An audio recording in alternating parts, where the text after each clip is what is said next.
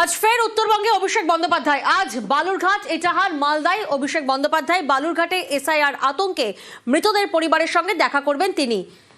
আজ ফের উত্তরবঙ্গে অভিষেক বন্দ্যোপাধ্যায়। আজ বালুরঘাট, ইটাহার, মালদায় অভিষেক বন্দ্যোপাধ্যায় বালুরঘাটে এসআইআর আতঙ্কে মৃতদের পরিবারের সঙ্গে দেখা করবেন তিনি। আবির প্রতিনিধি আমাদের সঙ্গে রয়েছেন, সরাসরি আবিরের কাছে যাব। আবির, আমরা দেখছি ভোটের বাংলা একেবারে সরগরম। 2026-এর শুরু থেকে আমরা দেখছি একেবারে পথে প্রচারে ঝাঁঝ বাড়াচ্ছেন অভিষেক বন্দ্যোপাধ্যায়। আজ কি কি কর্মসূচি রয়েছে অভিষেকের?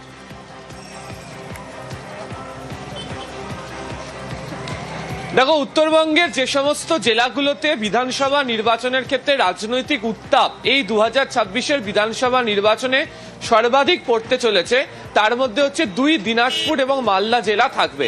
এবং সব মিলিয়ে এখানে প্রায় 27টি বিধানসভা আসন রয়েছে। যে বিধানসভা আসনগুলোতে যে রাজনৈতিক দল তাদের নিজেদের মতো করে বেশি সংখ্যক আসনকে নিজেদের ঝুলিতে পুঁততে পারবে, তারা ততটা বেশি সরকার গঠন করার ক্ষেত্রে সুবিধা পাবে।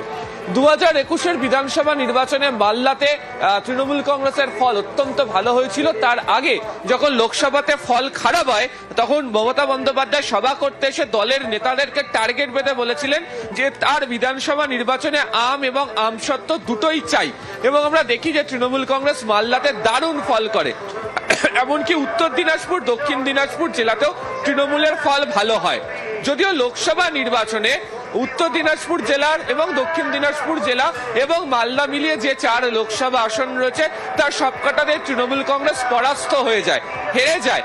এই অবস্থাতে দাঁড়িয়ে তৃণমূল কংগ্রেস এই বিধানসভা নির্বাচনে এই 3 জেলা থেকে বেশি সংখ্যক আসনকে তারা নিজেদের ঝুলিতে পুঁততে চাইছে। যে কারণে যে লক্ষ্যগুলোকে তারা স্থির করেছে তার মধ্যে পরিযায়ী শ্রমিকের ইস্যু, এসআইআর ইস্যুতে হয়রানির মতো বিষয় এবং অবশ্যই লোকসভা নির্বাচনে যেটা বিজেপি শিবিরের তরফ থেকে বিশেষ করে বালুরঘাট লোকসভা আসনের ক্ষেত্রে রেল যোগাযোগ ব্যবস্থাকে সামনে নিয়ে এসে জোরদার প্রচার তারা শুরু করেছিল। সেইখানে মমতা বন্দ্যোপাধ্যায় তিনি কি কাজ করেছিলেন রেলমন্ত্রী থাকাকালীন এবং সেখানে গত কয়েক বছরে রাজ্য সরকার কি কাজ করছে তাকে তারা তুলবেন। এবং তোমাকে জানিয়ে রাখি, উল্লেখযোগ্যভাবে উত্তরবঙ্গের সমস্ত পরিযায়ী শ্রমিকদেরকে নিয়ে তৃণমূল কংগ্রেস আগামীকাল মালদায় বৃহত্তর সম্মেলন করতে চলেছে। সেখানে পরিযায়ী শ্রমিকদের কিভাবে হেনস্থার শিকার হতে হচ্ছে, বাংলা ভাষায় কথা বললে তাদেরকে বাংলাদেশি বলে দাগিয়ে দেওয়া হচ্ছে, সেই প্রসঙ্গগুলোকে তারা সামনে নিয়ে সেখানকার মানুষের কাছে পৌঁছতে চাইবেন। তৃতীয়ত হচ্ছে রাজনৈতিকভাবে তুমি যদি দেখো, সেটা হচ্ছে যে এই 2 জেলার বিশেষ করে মালদা এবং উত্তর দিনাজপুর মিলিয়ে বেশ কতগুলো বিধানসভা আসন রয়েছে যেখানে এবারের বিধানসভা নির্বাচনে ত্রিমুখী লড়াই হওয়ার সম্ভাবনা রয়েছে। বিশেষ করে সদ্যই মৌসাম বেনজির নূর তিনি কংগ্রেসে যোগ দিয়েছেন। কোতোয়ালি পরিবারের একটা ভূমিকা অবশ্যই থাকে এবং সাম্প্রতিক সময়ে কংগ্রেসও একাধিক বিধানসভা আসনগুলোতে তাদের যে নির্বাচন কেন্দ্রিক যে প্রস্তুতি তা অনেকটা বৃদ্ধি করেছে। এবং সূত্রের খবর চলতি মাসেই সফর করার কথা রয়েছে গান্ধী পরিবারের সদস্যদের। ফলে এই জায়গাতে দাঁড়িয়ে তৃণমূল কংগ্রেসের তরফ থেকে আজকে অভিষেক বন্দ্যোপাধ্যায়ের এই 2টি জেলাতে সবাই এই বিষয়গুলোকে সামনে রাখা। এবং তুমি যেমনটা বললে যে ত্রিমুখী লড়াই রয়েছে এবং আজ এই 2 দিনাজপুরে যে কর্মসূচি রয়েছে অভিষেক বন্দ্যোপাধ্যায়ের, আমরা দেখেছি যে পরিযায়ী শ্রমিক অর্থাৎ ভিন রাজ্যে গিয়ে বারবার পরিযায়ী শ্রমিকের আক্রান্ত হওয়া এবং তাদের উদ্ধার করা, বিজেপি কর্মীকেও আমরা দেখেছি সেই ক্ষেত্রেও কিন্তু মহারাষ্ট্র থেকে উদ্ধার করা হয়েছিল। অর্থাৎ আজকের এই সফরে পরিযায়ী ইস্যুটা কতটা গুরুত্বপূর্ণ?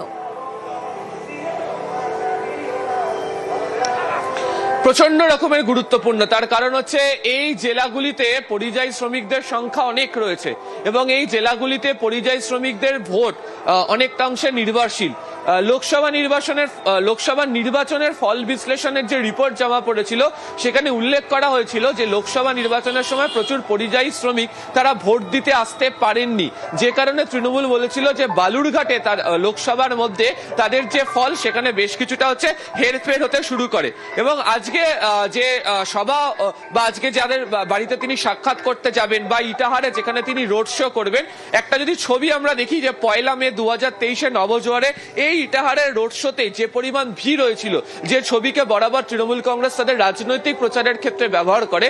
ফলে এই পরিযায়ী শ্রমিকদেরকে আলাদা করে গুরুত্ব দিতে চায়, তাদের পরিবারকে নির্বাচনী ক্ষেত্রে দাঁড়িয়ে কি কাজ করেছে তাকে সংযুক্ত করতে চায় এবং রাজনৈতিকভাবে ইস্যুকে আরো বৃহত্তর আকারে মালদা, উত্তর দিনাজপুর, দক্ষিণ দিনাজপুর এবং অবশ্যই মুর্শিদাবাদের একটা বড় অংশ পর্যন্ত নিয়ে যেতে চায় তৃণমূল। ফলে সেদিক থেকে দেখতে গেলে আজকে 2 দিনাজপুর এবং মালদাতে যে সফর অভিষেক বন্দ্যোপাধ্যায় করছেন সেখানে পরিযায়ী শ্রমিক ইস্যু বড় আকার রাজনৈতিক দিক থেকে অবশ্যই।